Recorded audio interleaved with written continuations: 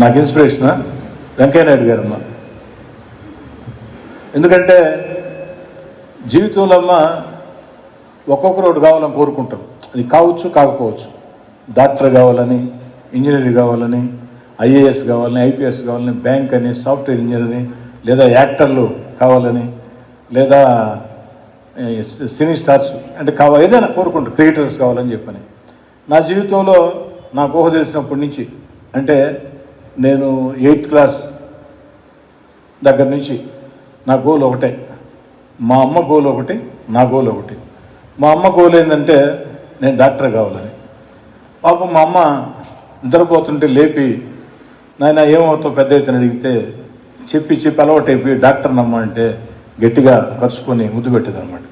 కానీ దురదృష్టం ఏంటంటే డాక్టర్ కావాలనుకున్నా కానీ నాకైతే మా అమ్మ డాక్టర్ కావాలనుకుంది, కానీ నేనైతే 8th క్లాస్ నుంచి ఒకటే లక్ష్యం, జీవితంలో ఎమ్మెల్యే కావాలి. ఇంక వేరే లక్ష్యం నాకేమీ లేదమ్మా, వేరే లక్ష్యం నాకేమీ లేదు. అయితే దేవుడి దయవల్ల అయ్యా. కానీ తమాషా ఏంటంటే కళాశాలలో చదువుకునే రోజుల్లో నేను కూడా విద్యార్థి నాయకుడిని. నెల్లూరు విఆర్ కళాశాల అంటే మీ తల్లిదండ్రులు మాకు జూనియర్స్ అయి ఉండొచ్చు, ఇంకా పెద్దవాళ్ళు అయితే మా క్లాస్మేట్స్ కూడా అయి ఉండొచ్చు.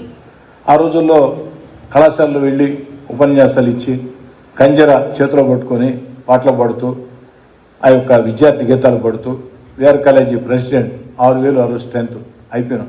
యూనివర్సిటీ సెనేట్ మెంబర్ అయిపోయినాం.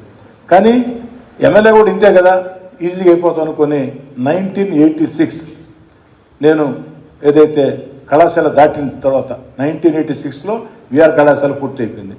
86 నుంచి ప్రతి ఎన్నికల్లో ప్రయత్నిస్తూనే ఉండ అవకాశం కోసం. 89, 94, 99, 2004, 2009 5 సార్లు అవకాశం రాలా. 2014లో అవకాశం వచ్చింది. అంటే దాదాపుగా ఇదొక 14, అదొక 14, 28 సంవత్సరాలు పట్టింది ఎమ్మెల్యే అయ్యేటప్పటికి.